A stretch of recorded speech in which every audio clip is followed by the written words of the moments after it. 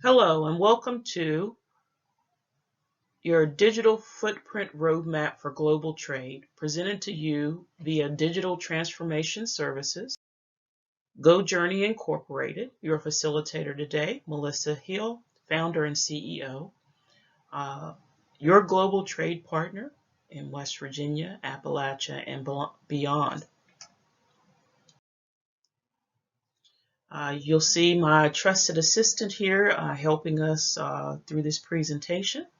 And let's get started with some digital impact facts.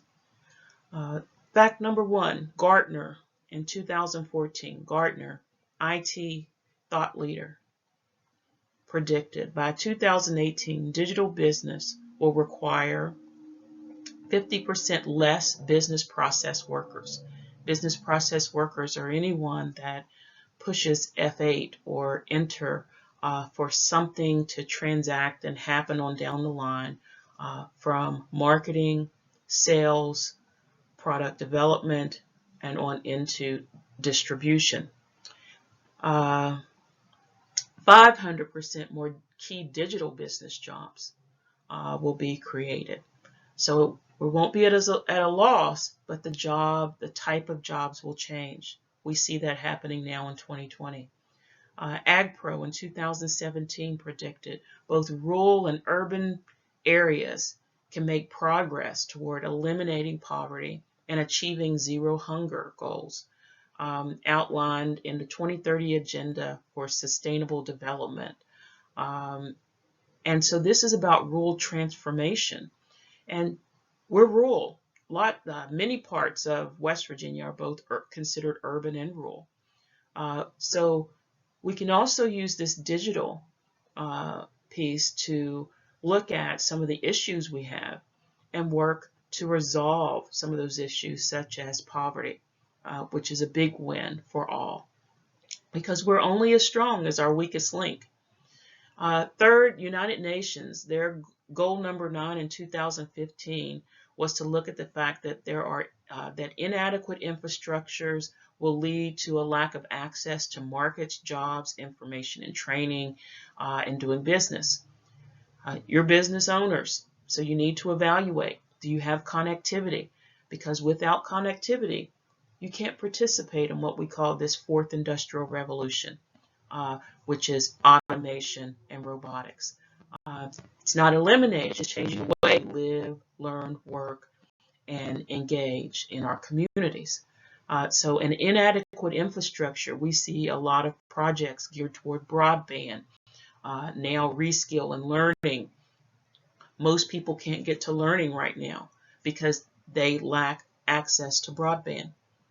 Broadband also hardware and software to be able to engage in training, to continue to be viable in the workforce, as well as being a viable business with developing products and services that people want to buy and they can buy from you.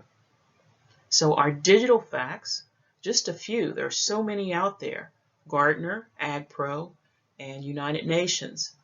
They're telling us that things was going to change from as early back as 2014. Gartner started their predictions, I think, in 2005, 2006. Driving all of this digital would be compliance, as well as, of course, technology, looking at those compliance requirements and ensuring that they can be executed, they can be tracked, monitored, and controlled to ensure that all businesses, corporations, the government, agencies, and even your small or medium business can truly work within the guidelines required in your industry. All right, so let's look at this roadmap. This is not all inclusive. There are definitely some other things you're going to have to do, but at a minimum, our digital footprint roadmap that we present to you today involves branding, the actual digital footprint that we'll talk about, creating a press and media kit, as well as e-commerce, import-export platforms, and then all of this leading up to funding. How will you fund? and we'll talk about different ways of funding. So our first pillar there is, and the first element is branding. Branding is personal as well as business. It's best to also secure upfront your intellectual capital. That's trademarks, copyright, patents, anything that you've created that's yours. And that goes through the federal government. There are agencies there's an agency that will help you with submitting that paperwork, or it shows you how. But in most cases, for this intellectual capital piece, you're going to want to secure an attorney. And that attorney will charge you some fees. Some of them are pretty expensive, but you want to make sure that you understand the cost of securing is going to be minimal compared to not securing your intellectual capital and someone else doing that on your behalf and making the money you could have made off your own product or service. Second, your domain name. So yourbusinessname.com, your.com, you need this. This is how, one, people know that you're legit, you've invested, but also that you've invested and you're in for the long haul. A lot of people are still using their Gmail account, their business name at gmail.com. Not good, especially if you are going to trade local, regional, national, or global, especially global. So you want to invest in a domain name, also linking that domain to a website. Your business email is crucial too, because that's part of your branding. And then any content associated with the domain, being able to download, view, listen, etc. All a part of branding. Your company identification number or prefix. In this document, I talked about the GS1 company prefix, your ISBN numbers if you're publishing or have documents that you're publishing and distributing, selling. And then SKUs, all a part of your company identification. But more than anything, the company index, your GS1 number, that's how they know that GoJourney is shipping something. GoJourney is selling something. So the front part of your company identification numbers will include this set code that can be used national as well as international. Your personal and business story. People love stories. They want to know why you're doing what you're doing. How did you get here? So your story, you're writing it every day. So keep a journal. Start journaling about your personal as well as your business story. Did you work before you started doing this? Did it happen out of a situation where there was a plight? Meaning, right now, we're all dealing with COVID-19. Did you lose a job and then decide it's time for me to open my business? They want to hear the story. It draws them in. That's part of your branding. Occupation and business portfolio. Examples of your work. A lot of times you'll work for a client and they don't want their example out there. So you want to make sure that before you post in your portfolio, you have the permission of your client, or you alter that particular content to where the client's information and their proprietary approach or format is not revealed. But you have to create your personal occupational portfolio. Should represent the work that you've done up until this time to become the expert and open your own business. And then there's the business pitch. The business pitch is, tell us about your business. Why should someone buy from you? Why should someone become your partner, your supply chain partner? Why should they contract with you? Period. Why should they engage with you? You're going to use all this information to create a pitch to pull them in to your brand. The second element of the footprint is the footprint. Uh, when you put your foot down, what does it look like? That includes your branding, which also includes colors. You know, colors, characters is a big part of it. Your website, but within that website, there's site optimization, your search engine optimization, just a few of the things. Biggest with this that's not documented here would be your analytical tools that run on the back end to integrate all of this and to track your customer engagement, as well as just how well your ads are performing. So and your footprint is performing. So Google Analytics, AdWords are a few of the things not mentioned here that you're going to need to. But that website has to have that search engine optimization to be able, it's going to go out and reach customers to pull them back in looking for your products and services. A client relationship management solution, CRM, it is your customer service platform in a sense. It's exactly what it is, and it integrates. That means that you can put a piece of that on your website, on your social media, and so many different areas to draw clients back to one database, client relationship management, in which you're going to have enough information for clients to determine if they want to engage, and then if they want more information, they will ask via this client relationship management system. On your website, from the client relationship management solution and platform, you will have maybe a form,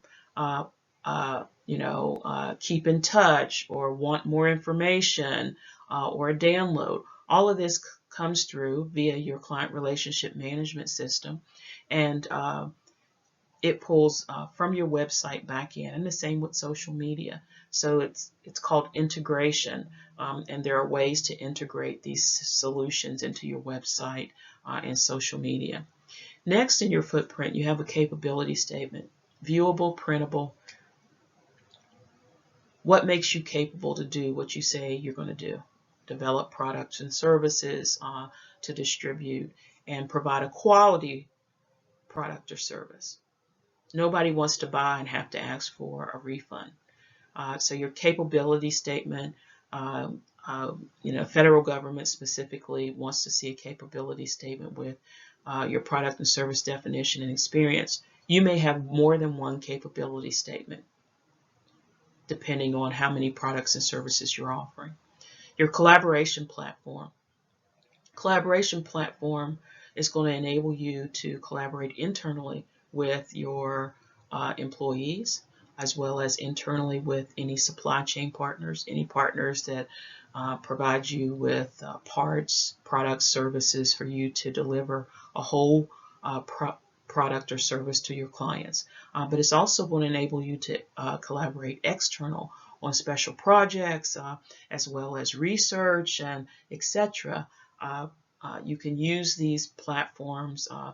Some are via social media, some are via your cloud solution. All of these are in the cloud now, I should say, too.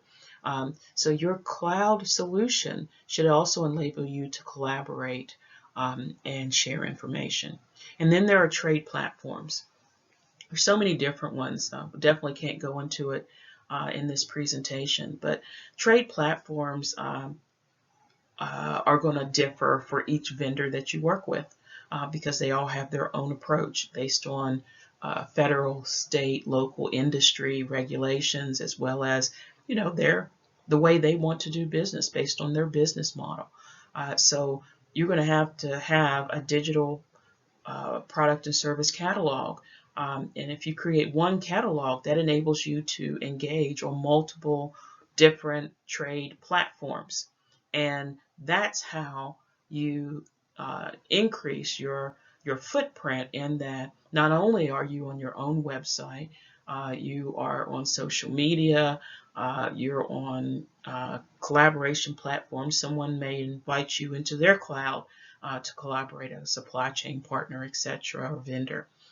But these trade platforms then exposes you to buyers, procurement, but sometimes they also share their information with other consumers and companies that might need your products or services. So, you know, uh, it is a good trade or a good handoff to an opportunity to share uh, products and services, vendors, supply chain, etc. But you want to be ready for that by having a digital catalog ready to engage, or you have to create one for each platform in which you decide to trade on.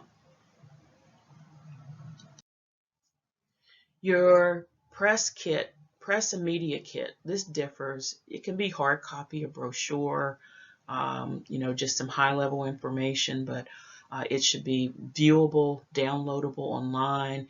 Of course, it's going to include your branding, where you're located as far as your digital footprint, social media, your website, email, etc. It's also going to include some advertisements, you know, photos of your leadership, some quotes, the bio of your founder team, maybe some pictures of the inside and outside of your office. So if someone's looking for you, they'll know when they've arrived, as well as any campaigns, flyers, ads you might want to put on that press kit. But the press kit itself is just a high level of who you are, where you are, how do they contact you, and the products and services that you are providing.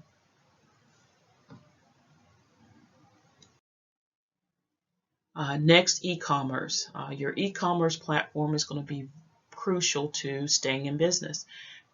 Digital cloud e-commerce, all a part of moving towards a virtual trade platform. Also, a compliant as well as trade that is free of any type of illegal transactions. You know, we still have this big underground and cash, money laundering, etc. So e-commerce, as it pertains to you and your business, depends on you picking a platform such as Amazon, Shopify, um, BigCommerce. There's all kinds of e-commerce platforms out there. So you need to decide which is best for you. It used to be Shopify was, you know, basically for a lot of retail sales, that type of market. Amazon, you know, is gone from, you know, wholesale retail to now it is, you know, we can even sell products and services on that platform. So all the platforms are expanding. But what you want to do is look at each of your customer segments and the channels in which they purchase to determine which e-commerce solution is going to be best for you. An e-commerce solution should also contain, of course, your branding and everything, but it's about electronic transactions, but your product and service catalog plays a big part. It's the front end, and how you transact is the e-commerce piece. All content should enable you to use your links back to one system if possible. All your vendors are going to have unique trade platforms such as the government, corporations, organizations, agencies, consumers. And then your supply chain partners, consumers and vendors, they want to make sure that these are secure transactions. Nobody wants a check anymore. So you need to make sure that, you know, you can transact just like larger companies. Also saves you time and energy and headache. And they also want, as far as your supply chain partners, quality products and services. They want to make sure that they've aligned with someone that is doing what they said they was going to do. When they said, as well as providing that quality product or service. The last element is funding. All of this leads to funding. Funding, we did the e-commerce, people selling, but sometimes you need some additional funding. That e-commerce platform is going to justify. It has reports, has all your products and services, reports on how well those products and services are selling, your accounts payable versus receivables, all of that in an e-commerce solution. And so all roads will lead to funding. Funding can be accomplished, one, by bootstrapping, selling, and growing your business just from, without loans and additional outside support. There are loans from financial institutions. There's also alternative lending, term loans, business line of credit, equipment loans, invoice financing, merchant cash advance. You just want to be careful and understand interest rates on all of this. Sometimes the alternative lending is higher than what it should be. So you definitely want to read all the fine print. Uh, Also check the reviews on anyone that you are going to be working with as far as financial institutions to ensure that they're going to be an honest partner in helping you with stabilizing and startup stabilization and growing your business. Lastly, venture capitalists. They're out there. It's people, groups, organizations that want to provide private funding because you might show potential with your product or service and you're in need of some funding to start, stabilize, or grow your business. So that's another way of funding your business. They are going to ask for that pitch deck. Your business pitch deck is going to be different than your funding pitch deck, and that's okay. What we do recommend is with your funding pitch deck, you're going to state your problem, the audience, the solution, and the funding request. How much are you asking for? And then you want to make sure too that these presentations for funding are secure, maybe on a subdomain on your website with a password. So only those that need to see that would see that type of information about your business. So again, your digital footprint roadmap. It's about global trade. Even if you're just trading in your local community, that's still considered global trade because you're a part of the global audience. You have branding, creating a digital footprint, creating a press and media kit so people know who you are and can understand the products and services that you provide. Your e-commerce, import-export platforms, you have to decide your customer segments, the channels in which they transact, and then determine which e-commerce platform or multiple e-commerce platforms might be best for you depending on your products and services. And lastly, funding. Funding is very important, whether it's bootstrap, loans, or alternative funding, lending, as well as working with a venture capitalist. They're going to want all of this, all the elements before to flow into a presentation so they can make a decision on whether you are worthy of their funding, their capital, their loans, etc. Remember, when you go to a bank, credit is a big part of it. So if credit is not in order, you want to make sure that you're working on getting your credit in order, and bootstrapping will probably be the best way to fund the launch of your product, service, or business. So, who are we? We're GoJourney, making your mission possible. We offer marketplace services in which we could help you with both business and digital services and development. You see my assistant is also showing you who we are as a company. We are located in West Virginia, in Chesapeake, West Virginia, right outside of Charleston. Our 2020 business transformation goals includes helping you transform. So we're looking for 100 companies to engage with this year to help them transform their business via digital, cloud, and e-commerce services.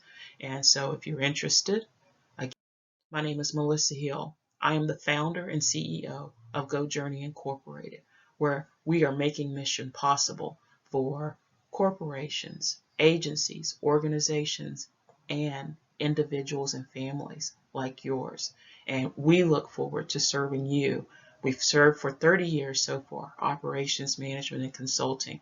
We look forward to serving you for the startup, stabilization, and growth of your business. No business too big or too small. We want to serve to help you serve in your community.